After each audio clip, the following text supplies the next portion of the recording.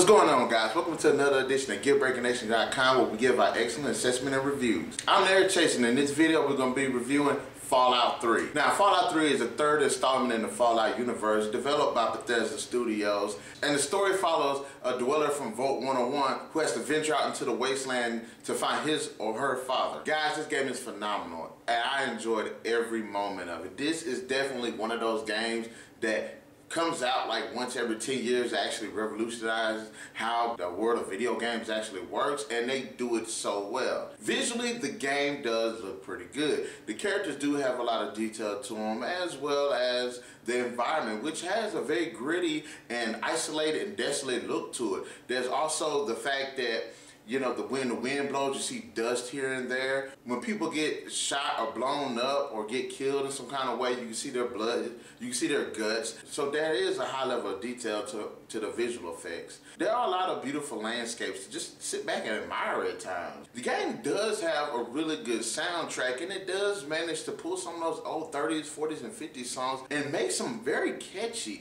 Maybe it's the way the levels are going, maybe it's the loading system, maybe it's the radios that be playing, maybe it's the establishment that these songs be playing in, but the music is really good. And it's very unexpected considering I'm not from that time period, but I found myself even downloading some of these older songs. The music does change with the environments, and it does help to emphasize the very theme of the environment. So when you're out there in the wasteland exploring, you feel like there's just a sense of dread, that there's also a sense of wonder and exploration.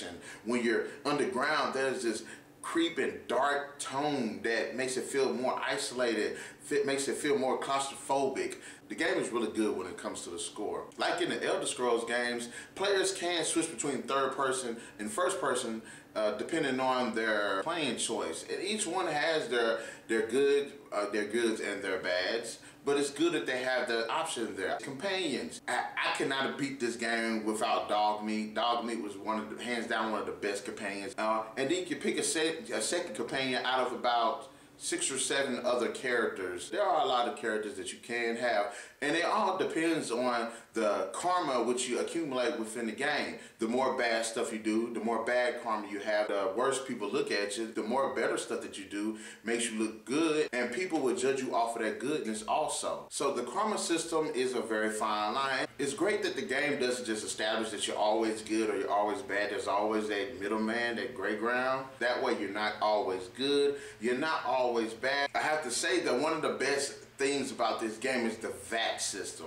Now, for those of you who don't know, who have not played this game, the VAT system allows you to slow down time in a sense to where you can target specific parts of your opponents, whether it be their arms, their legs, their heads, or you want to generally disarm them, you can target the weapons, or if you want to cripple them, you can target certain their legs to keep them from running from you, or their arms to keep them from being able to hit you or operate a gun.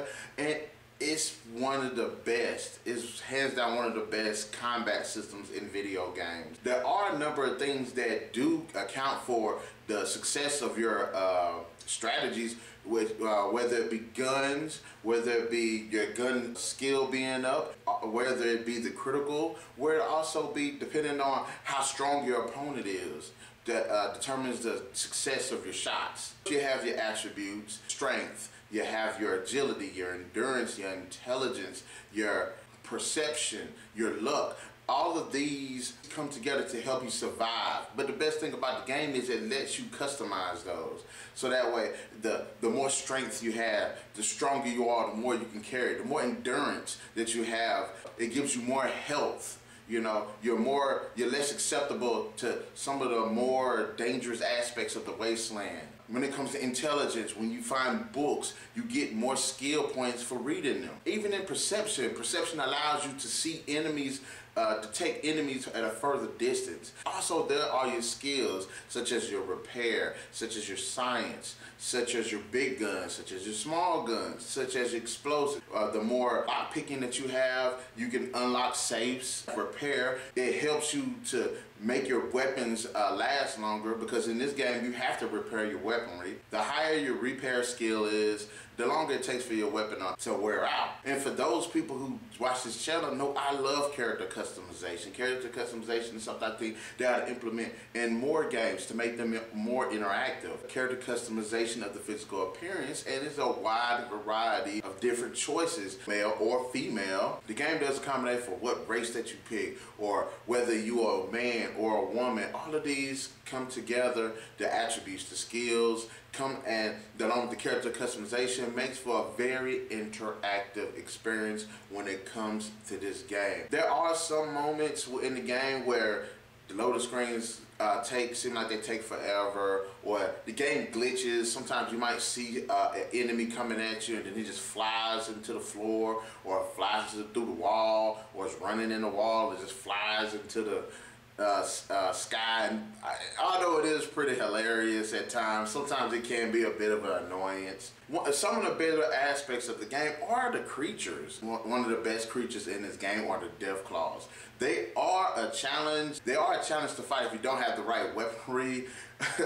But they are without a doubt one of the best aspects of this game. They're fast, they're strong, they're really deadly. They're perhaps the most deadliest adversaries in the whole entire game. The human population is just fractured into different factions. I'm not going to spoil it for you, but there are plenty of different factions, so that way you can it just gives you enough variety to where you can tell that humanity is trying to cope and adapt. Establishments are good, or if they're bad, or they're strictly neutral. So it is so much, not only in terms of content, but entertainment. It has its comedic moments. It does have its romantic moments, dramatic moments, its action feel, its horror feel. It takes part in a lot of genres. The DLC is expansive, and it does add a lot of content to the story, especially with the expansive open world. The voice performances are good, but there are also some points where the voice performances aren't as good. Maybe it's because you have these NPCs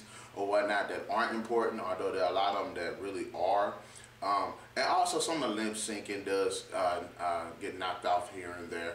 But having said that, this is a very enjoyable game. Now for the final verdict. Fallout 3, as I said, is not only one of the best games ever, but it's one of my all-time favorites. I have to just say that again because I love this game.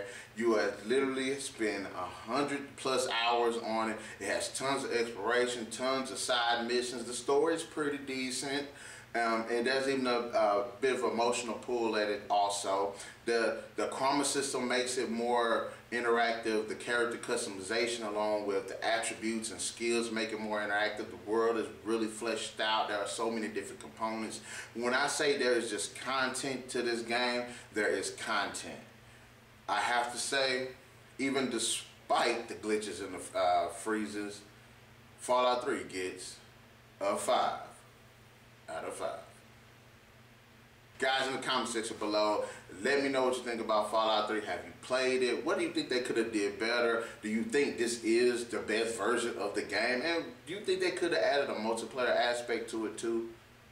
So, into the next edition of GearBreakerNation.com, keep the gears turning. Bam!